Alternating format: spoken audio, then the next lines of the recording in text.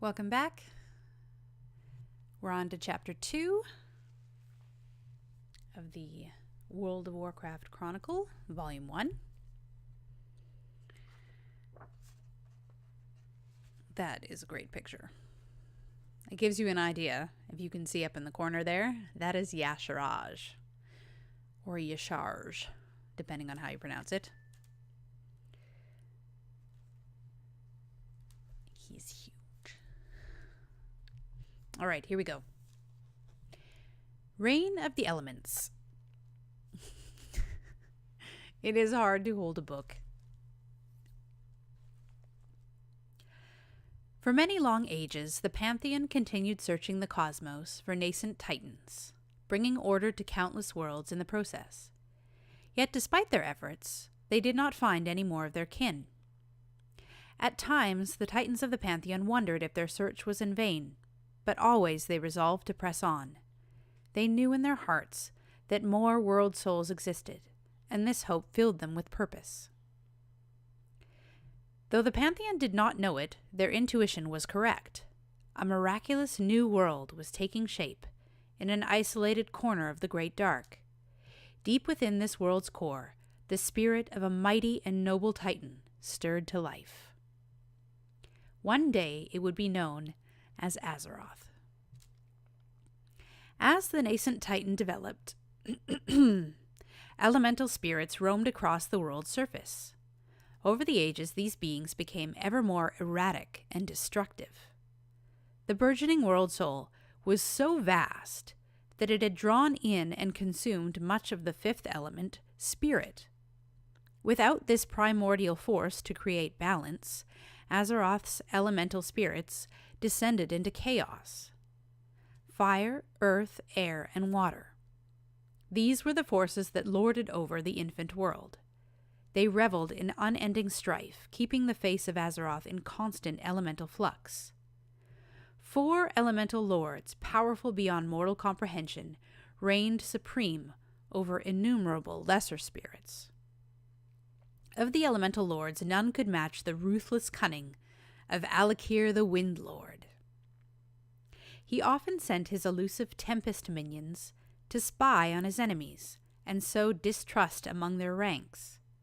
Using feints and ruses, he would pit the other elementals against each other, only later to unleash the full fury of his servants on his weakened foes. The winds would howl, and the skies would darken with storms at his approach. As lightning blasted the world's surface, Alakir's whirlwind elementals would come screaming down from the heavens, enveloping his foes in monstrous cyclones.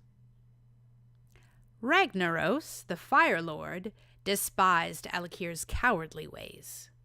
Compulsive and brash, the Fire Lord embraced brute force to annihilate his enemies. Wherever he went, volcanoes would burst through the world's crust, spewing forth rivers of fire and destruction. Ragnaros longed for nothing more than to boil the seas, reduce the mountains to slag, and choke the skies with ember and ash. The other elemental lords fostered a deep hatred of Ragnaros for his brazen and devastating assaults. Therazane, the Stone Mother, was the most reclusive elemental ruler. Ever protective of her children, she raised towering mountain ranges to ward off her enemies' assaults. Only after they had worn themselves thin against her impenetrable fortifications would the Stone Mother emerge, wrenching open giant chasms in the earth and swallowing entire elemental armies whole. Those who survived would meet oblivion at the fists of Therazane's most powerful servants, walking mountains of unforgiving crystal and stone. The wise Neptulon the Tidehunter was careful not to fall for Alakir's schemes, or to commit his minions to fruitless attacks against Therazane's citadels.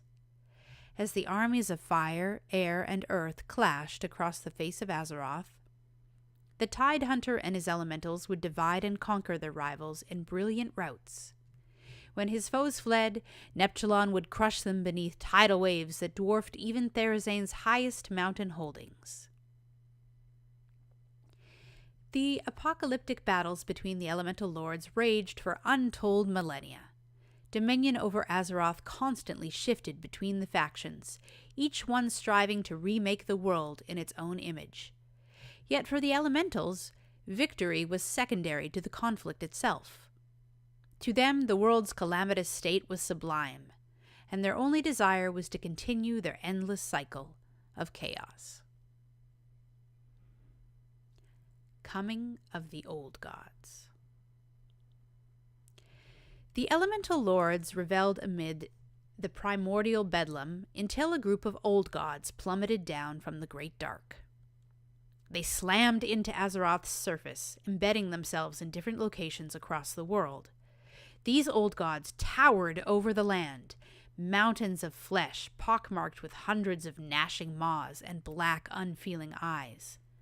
A miasma of despair soon enveloped everything that lay in their writhing shadows. Like gargantuan, cancerous pustules, the old gods spread their corruptive influence across the landscape. The lands around them seethed and withered, turning black and lifeless for leagues upon leagues. All the while, the tendrils of the old gods wormed into the world's crust, slithering deeper and deeper toward the defenseless heart of Azeroth. Organic matter seeped from the old gods' blighted forms, giving rise to two distinct races. The first were the cunning and intelligent Naraki, also known as the Faceless Ones. The second were the Akir, insectoids of incredible resilience and strength. As the physical manifestations of the old gods' will, both of these races would serve their masters with fanatical loyalty. Through their new servants, the old gods expanded the borders of their remote dominions. The Naraki acted as ruthless taskmasters, employing the Akir as laborers to erect towering citadels and temples around their masters' colossal bulks. The greatest of these bastions was built around Y'Shaarj, the most powerful and wicked of the old gods. This burgeoning civilization was located near the center of Azeroth's largest continent. Y'Shaarj's holdings, along with the other old god domains, would soon spread across the world and become known as the Black Empire. The rise of the Black Empire did not go unnoticed by the elementals. Seeing the old gods as a challenge to their dominion, the elemental lords moved to excise the entities from their world. For the first time in Azeroth's history, the world's native spirits worked in unison against a common enemy.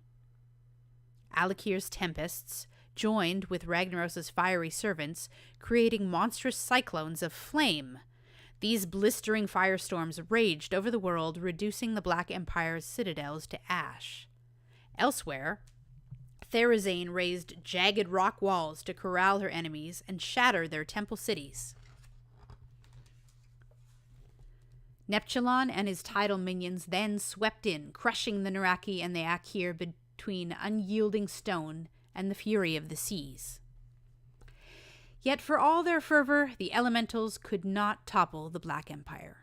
No matter how many Naraki and Akir died, more and more would spawn from the old gods' putrid forms like larvae from a hive. The Naraki and the Akir engulfed the land like an unstoppable pestilence, shattering the elementals' forms. In the end, the old gods enslaved the elementals and their lords.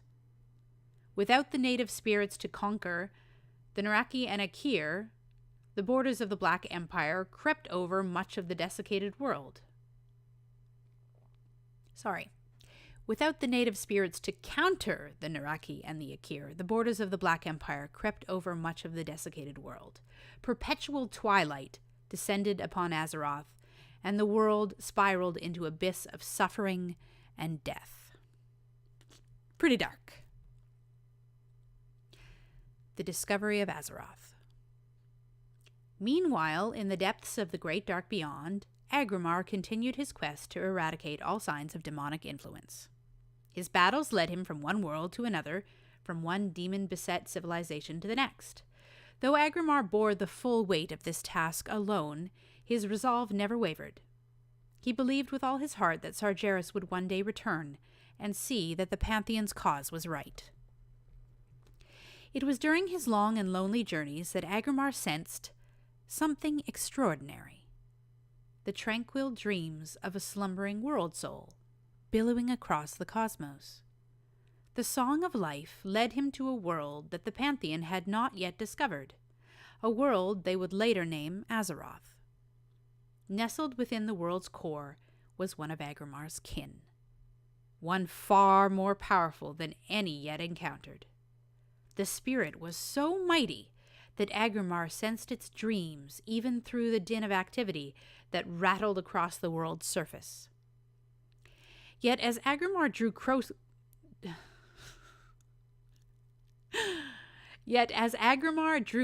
to Azeroth and beheld the world, horror seized him. Void energies shrouded the world's surface like a layer of diseased flesh. From the ruined landscape rose the old gods and their black empire. Miraculously, the nascent Titan spirit remained uncorrupted, but Agramar knew it was only a matter of time before it succumbed to the void. Agramar sought counsel with the rest of the Pantheon, informing them of his discovery. Clearly, this was proof that Sargeras had been right about the Void Lords and their plans. Agramar urged the other Titans to take action with all due haste before Azeroth was lost forever. Aenar was quick to champion Agramar's cause. She compelled the other Pantheon members to think of the world's potential. If brought to maturity, this new Titan could exceed even Sargeras' considerable might, she argued. Indeed, it could become their greatest warrior, one capable of neutralizing the Void Lords once and for all. But more than that, Azeroth was one of them, a lost and vulnerable member of their family. The Pantheon could not abandon their own sibling to the clutches of the Void Lords. Aenar's words stirred the hearts of the rest of the Pantheon. They unanimously agreed to save Azeroth. Unanimously?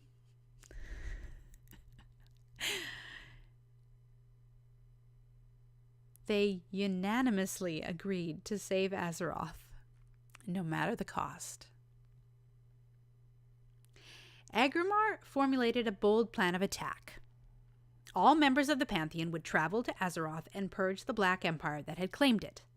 They would not, however, take action directly. Due to their colossal forms, Agramar feared the Pantheon would irreparably damage or even kill the World Soul. Instead, he proposed creating mighty constructs to act as the Pantheon's hands and prosecute their will against the Black Empire.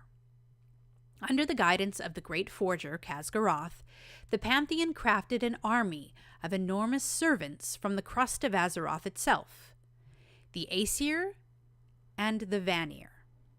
The Aesir were fashioned from metal, and they would command the powers of stone. Storms, not stone. The Aesir were fashioned from metal, and they would command the powers of storms. The Vanir were formed from stone, and they would hold sway over the earth. Collectively, these mighty creatures would be known as the Titanforged. The members of the Pantheon imbued a number of their servants with their specific likenesses and powers to lead the rest of the Titanforged. These empowered beings were called the Keepers. Though they would develop their own personalities in time, they would forever after bear the mark and abilities of their makers. Aman'Thul gifted some of his vast abilities to High Keeper Ra and Keeper Odin. Khaz'garath bestowed his mastery over the earth and forging to Keeper Arcades. Golganeth granted Keepers Thorim and Hodir dominion over the storms and skies. Aenar gave Keeper Freya command over Azeroth's flora and fauna. Norgannon lent a portion of his intellect and mastery of magic to Keepers Loken and Mimiron. Lastly, Agramar imparted his strength and courage to Keeper Tyr, who would become the greatest warrior of the Titanforged. With this new army molded from the world's crust, the Pantheon went to war. The time to shatter the Black Empire and free Azeroth from its malign influence had come. Wrath of the Titanforged. How many more pages do I have before the end of this chapter? Oh my goodness. A lot. A lot. How long have we gone now? All right, 15 minutes. I don't want to make these too long because I know it's hard to sit down and listen to a YouTube video that's too long. Wrath of the Titanforged. Led by the Keepers, the Titanforged slammed into the Black Empire's northernmost holdings. The resilience and strength of the Pantheon's armies made them an unstoppable force. They unleashed the wrath of gods upon their enemies, scouring legions of Naraki and Akir and sundering their temples. The arrival of the Titanforged caught the old gods completely off guard. They reeled in response to these stone and metal-skinned invaders, but they were determined not to lose control over Azeroth. To reassert their dominance, the old gods called upon their greatest lieutenants, the Elemental Lords. The enraged Elemental Lords and their minions beset the Titanforged on all sides. Ever wary of fighting a unified Elemental army, the Keepers resolved to divide and conquer their enemies. Thus, they split their own forces and dispatched each group of Titanforged to make war on a specific Elemental Lord. Tyr and Odin volunteered to confront the most destructive Elemental Lieutenant, Ragnaros the Fire Lord. Their battle raged for weeks, engulfing the land in fire and magma. Yet the Keepers' resilient metal forms kept them safe from Ragnaros' fiery onslaughts. Through sheer strength and force of will, Tyr and Odin pushed Ragnaros back into his volcanic lair in the east. In a land of boiling acid seas and skies choked with ash, the two Keepers defeated the Fire Lord.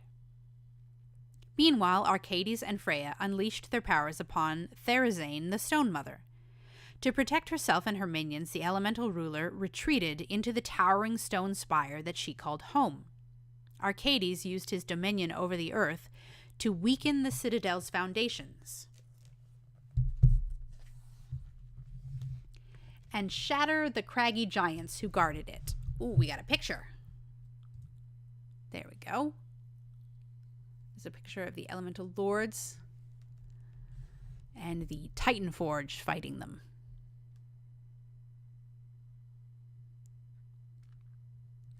Freya then made colossal roots sprout from the ground. To entangle the fortress, they wormed through stone and crystal, buckled the citadel's walls, and brought them down on Therazane's head.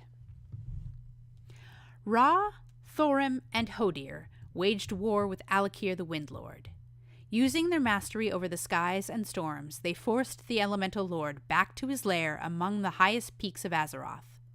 Lightning set the heavens aflame as Alakir struggled to hold off his foes. In the end, the three Keepers turned the Elemental Lord's own power against him, defeating Alakir atop his lofty domain.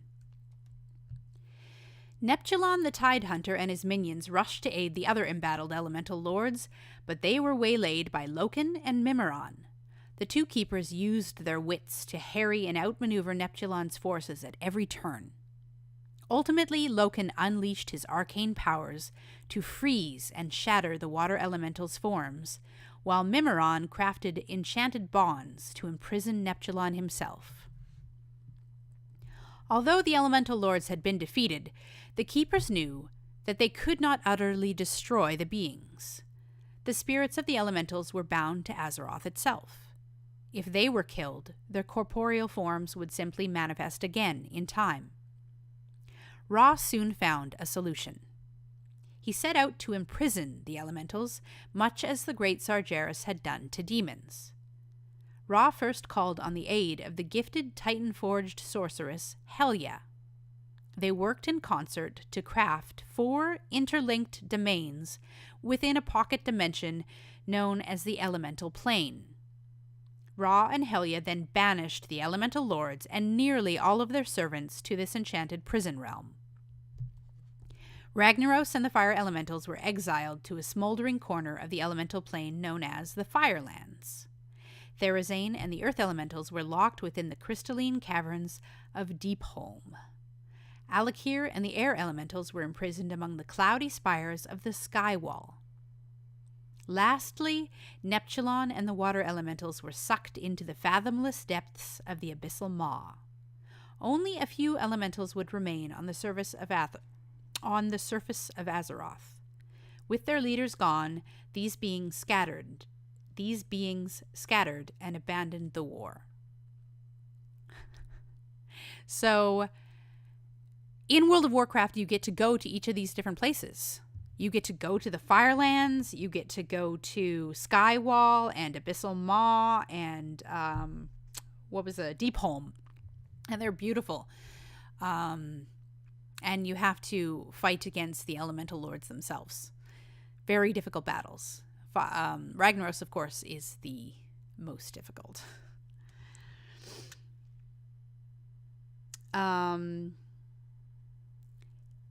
Having contained the elementals, the Keepers turned their attention to the Black Empire's Akiri legions. Many of the insectoids dwelled in vast catacombs that snaked beneath the surface of the devastated world. Arcades bent the stones and soil to his will, collapsing the Akiri burrows and driving the creatures above ground. Upon emerging from their lairs, the insectoids found themselves surrounded by the Titanforged. The battles between the Titanforged and the Akir proved unexpectedly vicious. In time, the Keepers destroyed most of the Akiri race. Small pockets of the insectoids, those that had tunneled deep underground, escaped the Keepers' wrath. Yet they were too weakened to mount a counterattack. Excuse me. I think I need to drink some more water. So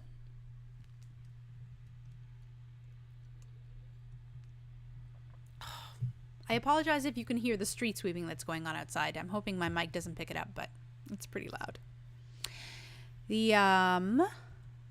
This is a map of the Black Empire. Yasharaj's portion is right in the middle and the biggest, and then you've got Yogg-Saron, Cthulhu, and N'Zoth.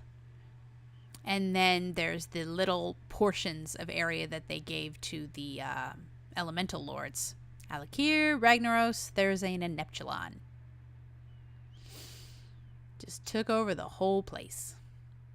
So that's the landmass that existed before the Sundering. This is like the biggest landmass on Azeroth, and then when the Sundering happened, basically the middle part where Yasharaj's whole situation is underneath the sea, and then the other parts kind of broke off and were separated. But we'll see a map of that later as we get there.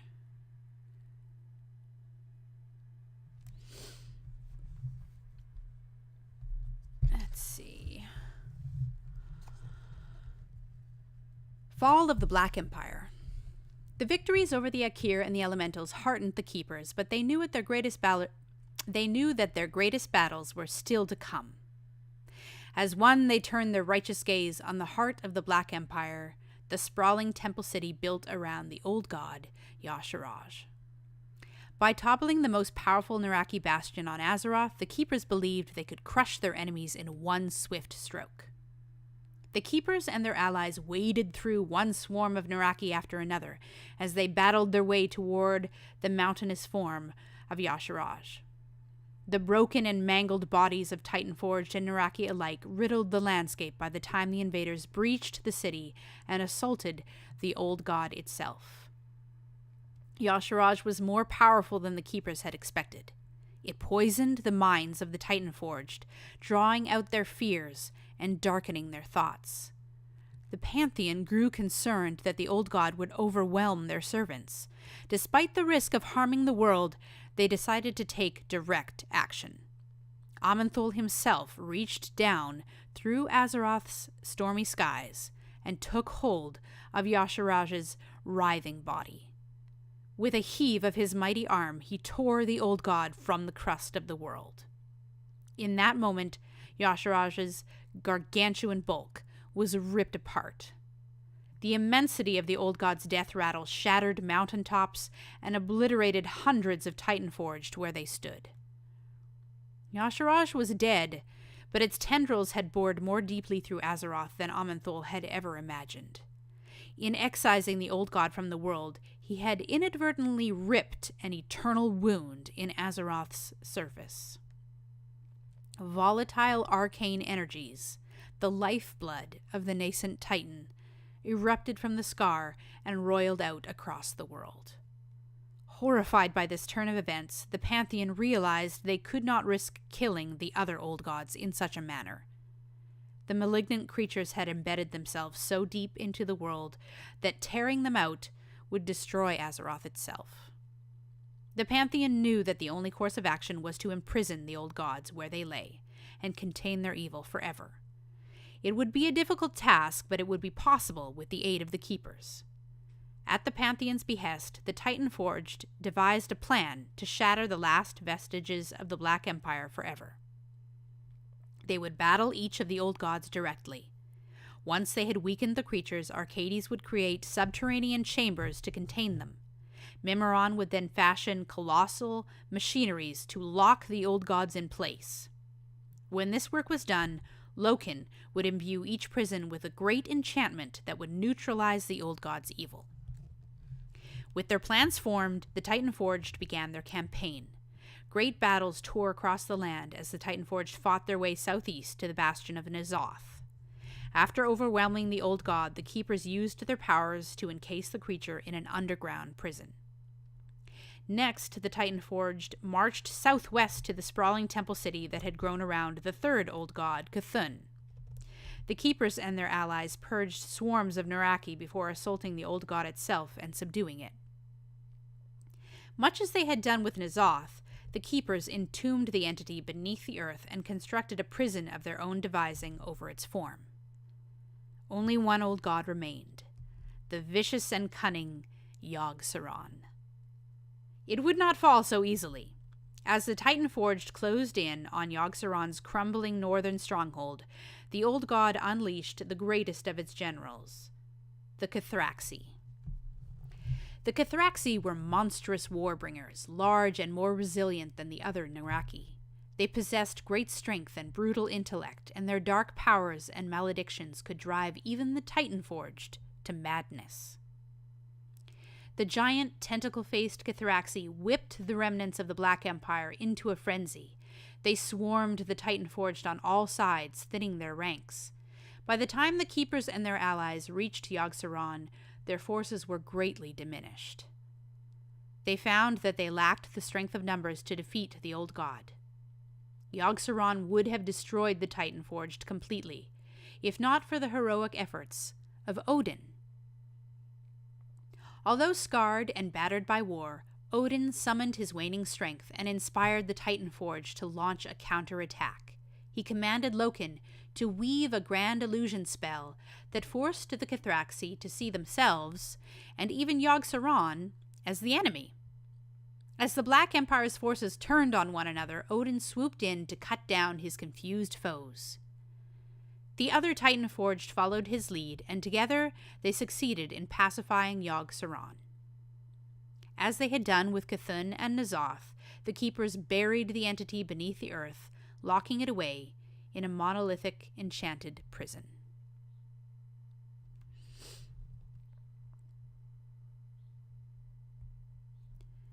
I think we will take a break there. Next, we're going on to the Well of Eternity and what they decided to do about that, but this is running a little long, so we'll stop for now, and I'll see you next time. Thanks for listening.